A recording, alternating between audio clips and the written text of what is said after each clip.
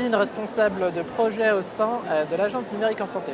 Le secteur médico-social, on le connaît, il est extrêmement riche, il a beaucoup d'établissements, mais il a un niveau de maturité moyen sur le numérique et encore moindre sur la partie cybersécurité. Il y a un vrai enjeu à faire monter en maturité le secteur, à les préparer. La transformation numérique s'accélère de plus en plus dans le secteur médico-social avec les programmes Ségur et le programme SMS numérique. Il faut qu'à côté, on réussisse et les faire monter aussi en maturité au niveau cyber pour qu'ils puissent être prêts. Parce que l'idée n'est pas forcément de est-ce que je vais me faire attaquer, mais plutôt quand je vais être attaqué, parce que ça se fait de manière complètement aléatoire. Et l'idée, c'est qu'ils se sentent prêts, qu'ils soient prêts, qu'ils connaissent les acteurs qu'ils doivent contacter en cas d'attaque et surtout être rassurés et être accompagnés dès lors que ce genre d'incident arrive.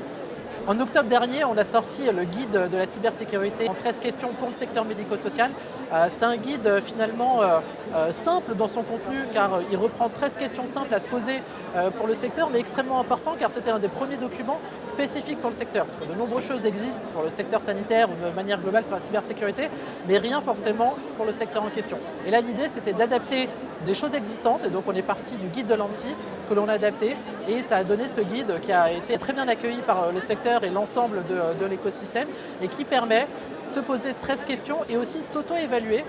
Vous avez à chacune de ces questions une grille de maturité, et l'établissement, le directeur peut se positionner là où il en est aujourd'hui et là où il veut aller, et donc quelles sont les actions qu'il doit mettre en place.